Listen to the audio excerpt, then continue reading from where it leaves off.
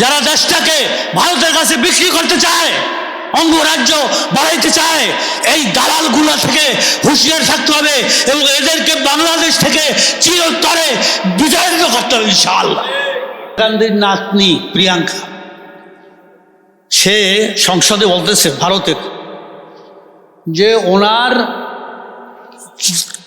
দাদি ইন্দিরা গান্ধী, সে এই যে পাকিস্তানকে দুর্বল করার জন্য, কারণ দুইটা দেশ একসাথে থাকলে একটা শক্তি না, ভাই ভাই থাকলে সবাই একটা শক্তি না, শত্রুরা ভয় পায়, যে এটা আমরা পাকিস্তানকে দ্বিখণ্ডিত করছি আমাদের ইন্ডিয়ার সাথে।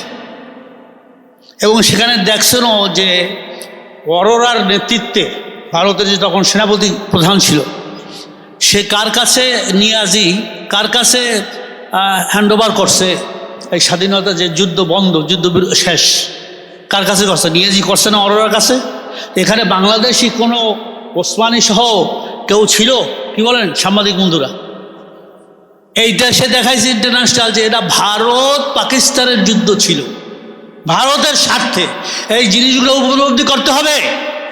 আজকাল তার নাতনি সে পার্লামেন্টে বলছে, আমাদের দেশের এখনো কিছু ভারতীয় দালাল যারা দেশটাকে ভারতের কাছে বিক্রি করতে চায়, অঙ্গরাজ্য বাড়াইতে চায়, এই দালালগুলো থেকে হুঁশিয়ার থাকতে হবে এবং এদেরকে বাংলাদেশ থেকে চিরতরে বিতাড়িত করতে হবে ইনশাআল্লাহ।